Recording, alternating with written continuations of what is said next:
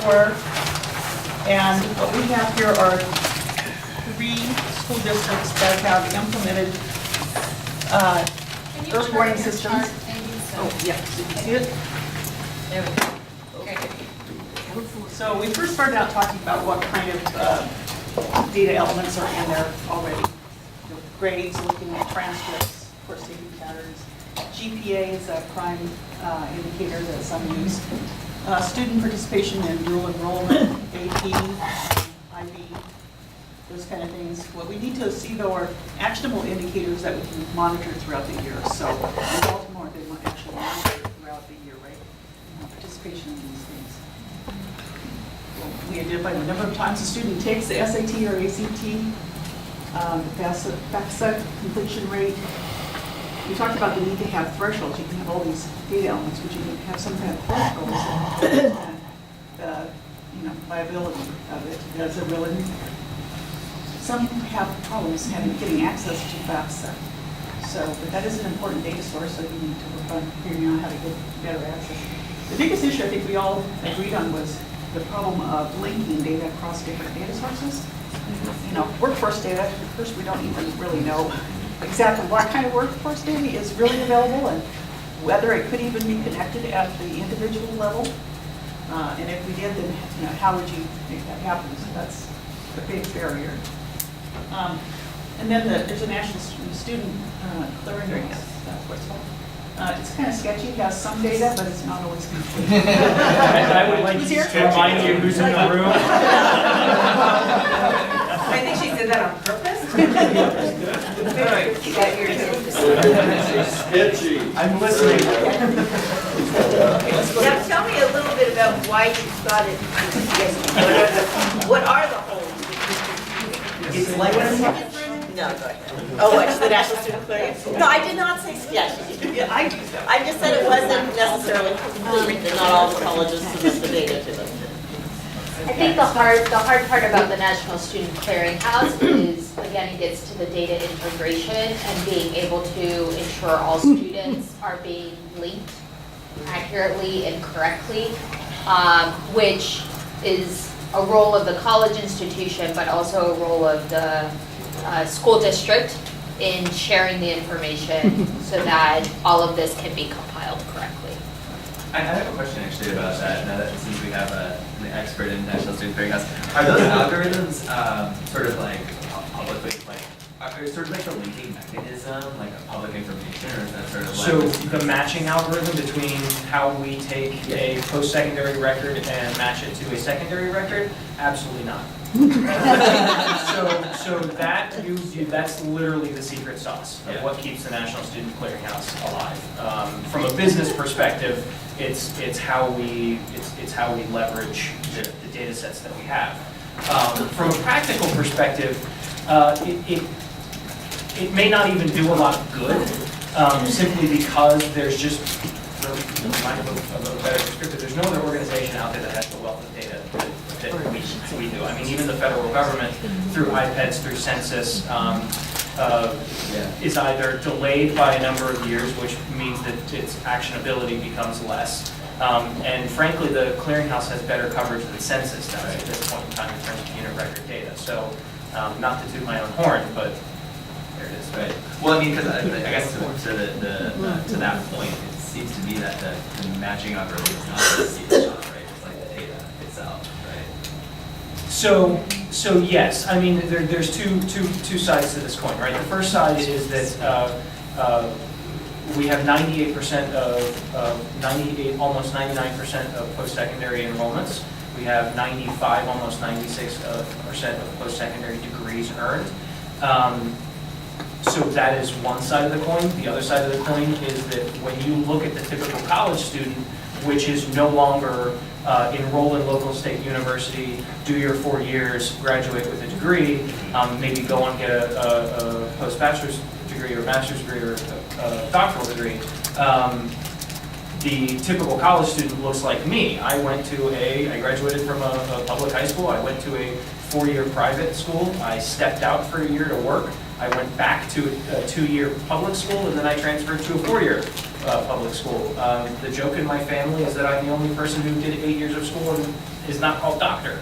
So I am more like the typical college student, and how do you capture those inflection points without having a robust means to match those records when, Hampton-Sydney College, which is one of my alma maters, does not talk to Northern Virginia Community College, which is another one of my alma maters, and certainly doesn't talk to George Mason University, which is where I ultimately ended up getting my degree. And none of them talk to your high school. Right, exactly, and none of them spoke with my high school in any way, shape, or form. So the other half of that is being able to link those records together. And that's, we put a significant amount of investment in making sure that our confidence intervals are extremely high. I think our confidence interval is close to 99%. So we would much rather not return anything at all than give you even an inkling of an incorrect record. So I hope that addresses. If I defend John too in his excellent organization. Thank you.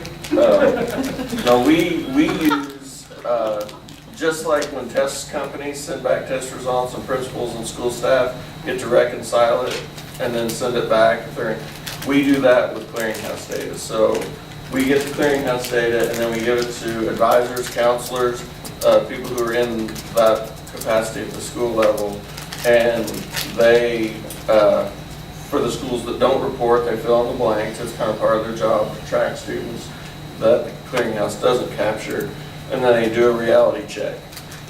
So that's one way we fill in the gap, and so it's not sketchy in Hamilton County. But also, to brag a little bit, they are, for those students that they do capture, we're talking less than 1% of difference between reality and the reports we get.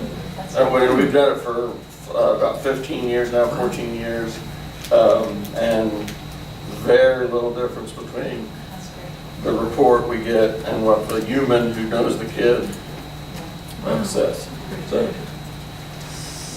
And another thing I think this all brings up is, how do you prepare students in school for the kind of trajectory you just described, which is You don't, my parents were very angry with me.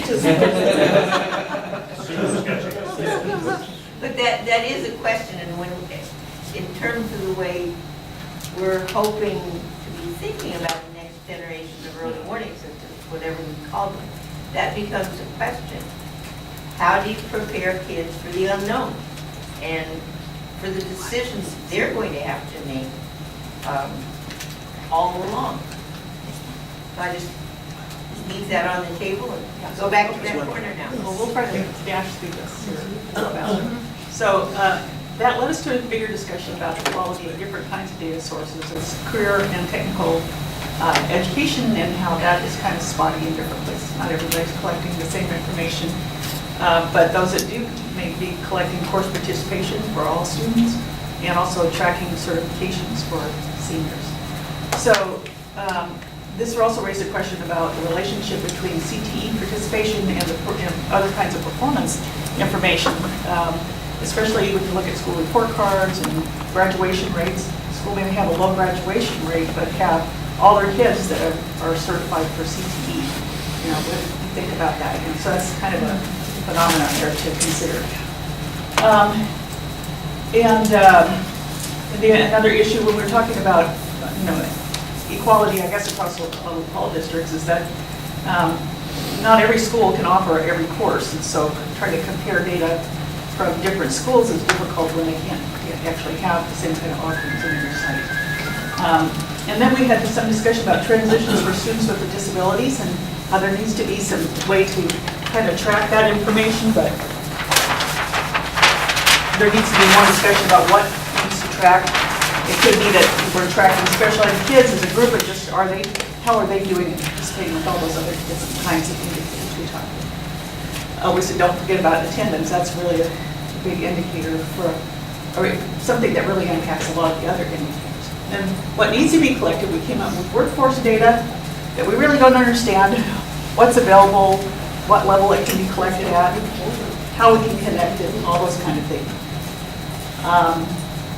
We talked about college enrollment. The kind of data we need back is how many kids enrolled and what did they finish the course, the degree that they were working on. And other kinds of, like course taking patterns, for kids.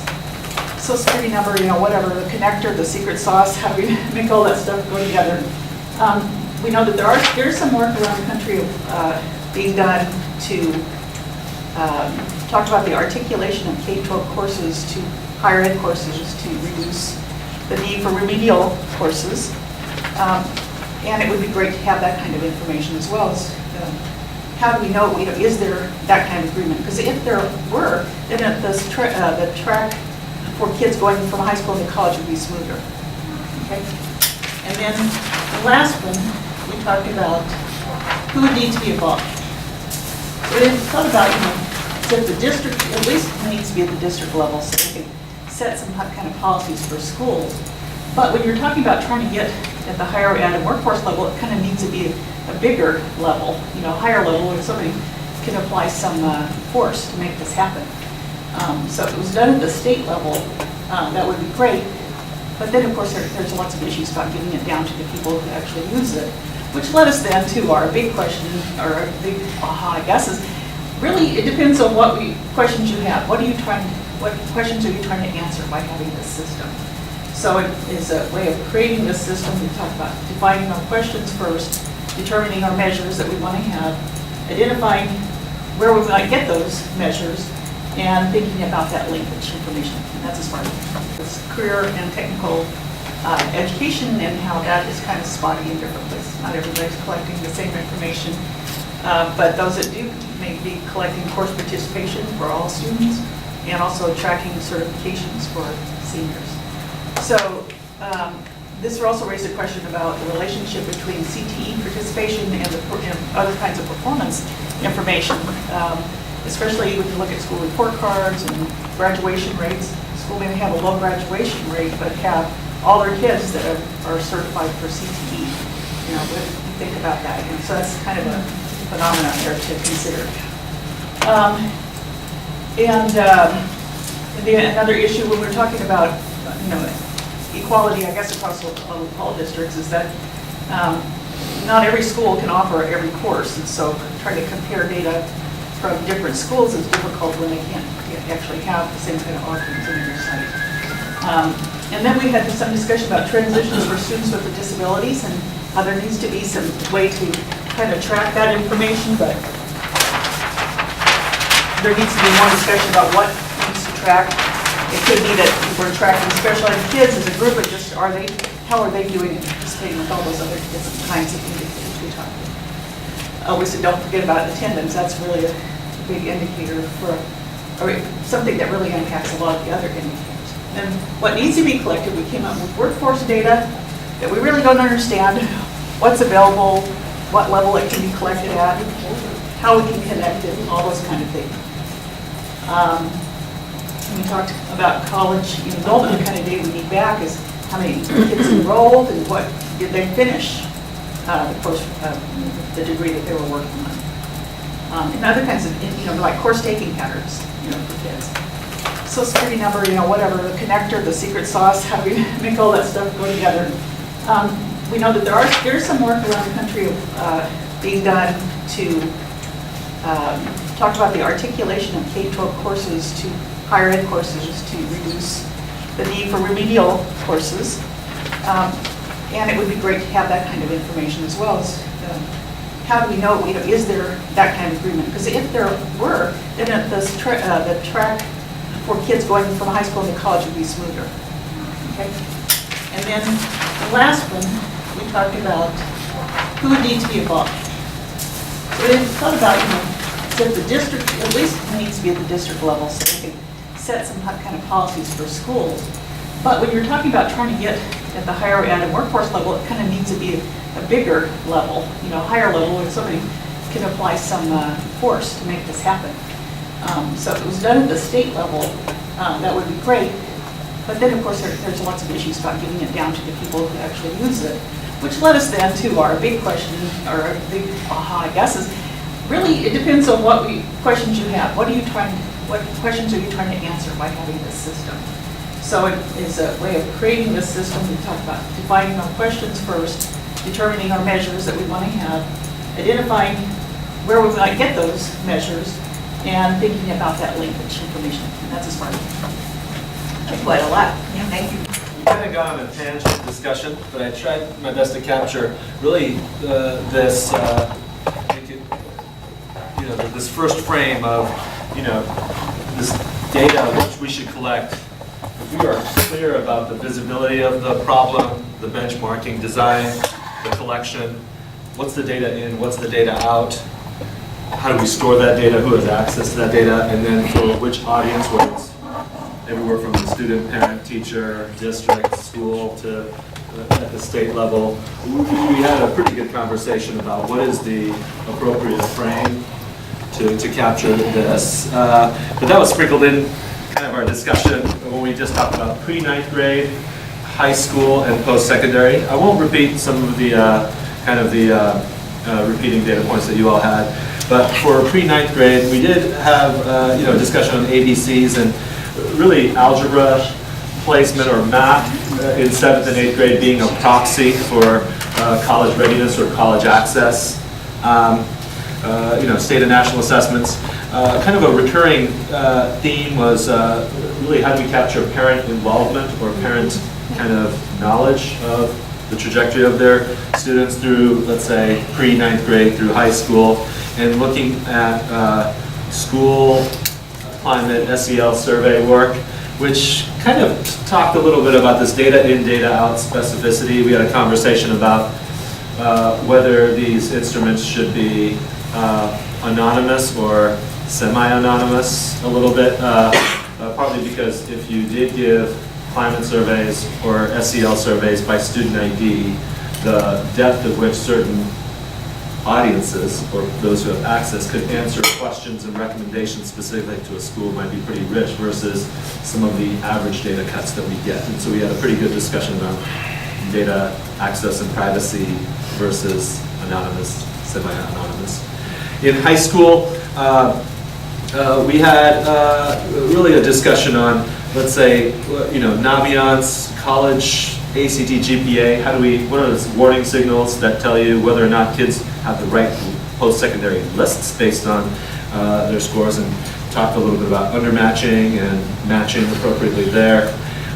We did have a discussion on just, there's been a lot of states, districts that have invested heavily in CTE and dual credit with minimal return. So, and then there was a unique one on kind of career exposure data. How do we appropriately do that in high school? And then in post-secondary, kind of enrollment in higher education and the expected college completion just based on numbers. There was this block of, how do we track career training and those who are competitively employed after high school? And then we had some discussion on kind of Pell Grant ROI for a school or a region or a state, and then really access to remediation. I put AccuPlacer there, but a lot of the districts don't have access to remediation rates, and this was kind of a question we had, and I'd love to pose it to the clearinghouse expert. We were just curious, like, how would it seems like there's a field in the data set that tells us whether a student required remedial or non-remedial kind of state. Is that correct? It depends on what service you're using.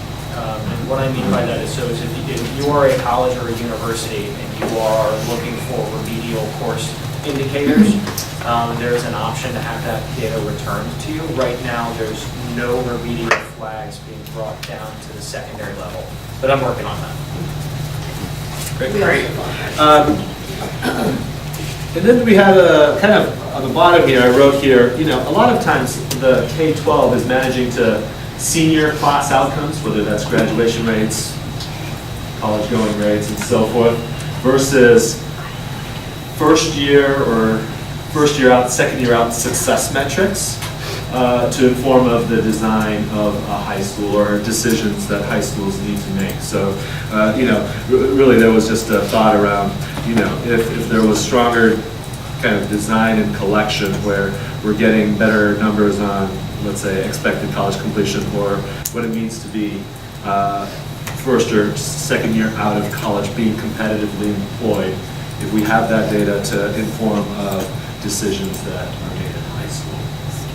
So overall, awesome discussion. I wonder about that and how, and I just don't know, but like how volatile is the data or the market to then use that data to inform different policies and decisions around high school build, right? Because high school builds take 3 to 4 years, just if you're trying to even from brick and mortar construction of a high school building to serve a particular, to build workforce capacity. Yeah. And then who's to say 6, 7 years down the line,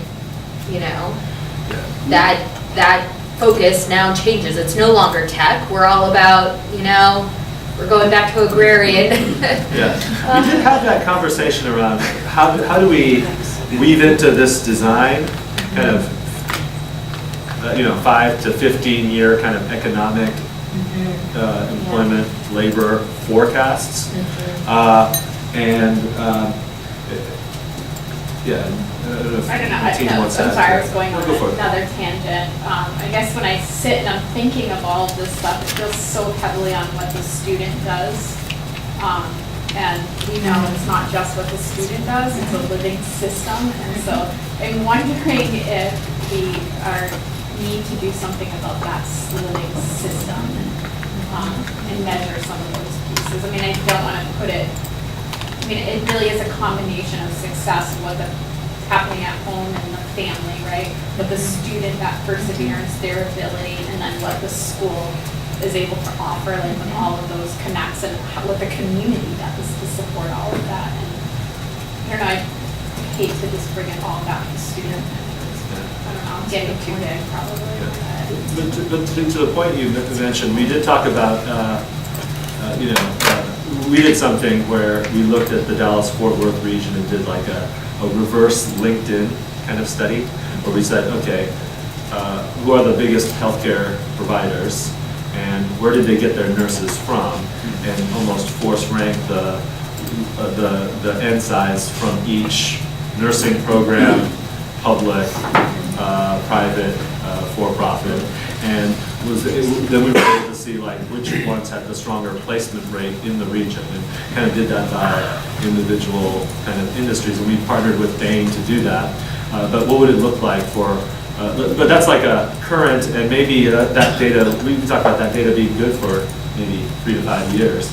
But at least we're using that data to inform, so let's say high school students and some of the, high school students, depending on what level they are, have, for each level, they have a bucket of choices post-secondary, and how do we use that type of data to narrow down the stronger likelihoods of success for each industry, for each kind of job. Just using that type of data wouldn't be available in the workforce, state workforce, unless your state is super organized around that. So there is this kind of workaround you could do with the employer version of LinkedIn provisions.